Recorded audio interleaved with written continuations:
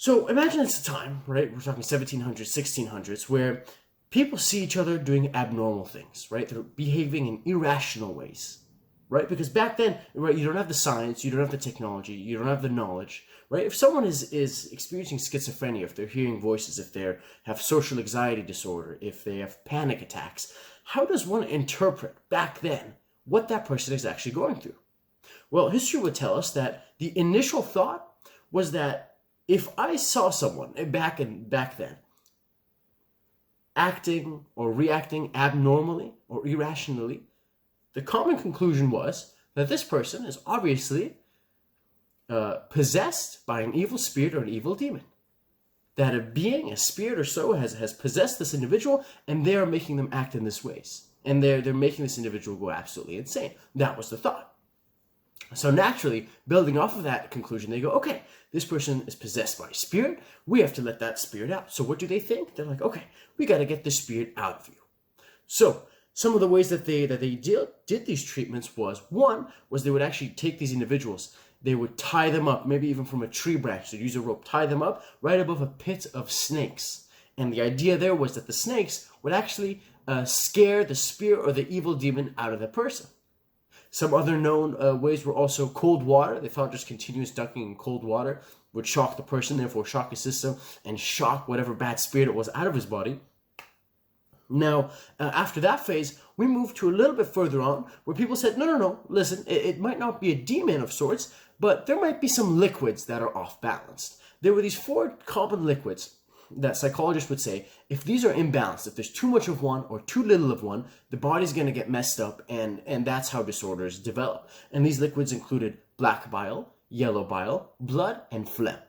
So their conclusion was, okay, something is wrong with these fluids, so what we'll do is we're going to cut you open, we're going to let you bleed out. This was called bloodletting, and what would happen is this would restore the balance of your body again. This would make you homeostatic. This would bring everything, it would make it stable again. So naturally, you're going to find lots of pictures of people who were feeling sick or just had like a common cold, who went over and the guy would just like cut them open with cut open wrists, hoping that they would bleed out, and they would bleed out whatever extra liquid they had, thus feeling better the next day.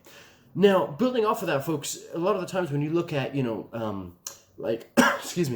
asylums or institutions, the conditions that they held their patients were quite inhumane when we look back at them now, in terms of shackles and chained up. And I mean, just really like just tying individuals up to their beds.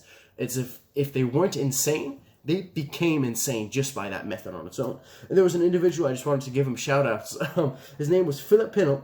He was alive from 1745 until 1826. And he was one of the first people who said, guys, these patients, we cannot have them under these conditions. I mean, this is ridiculous. This person needs help. Why are we chaining him down to a bed? You know what I mean? He said, listen, he's already not in a good state mentally. This isn't helping at all.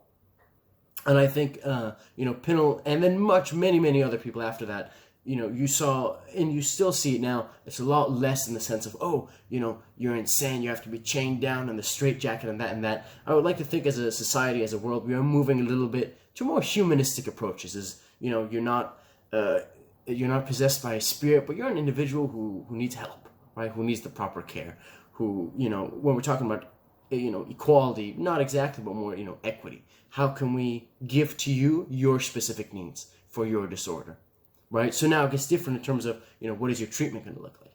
Now professionals look at you differently. Now, thankfully, knowing everything that we do know in terms of treatments and medication, unfortunately, for bad or for worse, a lot of things that we did try, like cutting somebody open because they just had a common cold, now we know not to do that. Now, the thing with this field that we're in psychology, and just science in general, is we're constantly learning. We're constantly learning about new procedures, new types of therapy, different types of disorders, and still trying to distinguish them to this day, and still trying to figure out better and better treatments.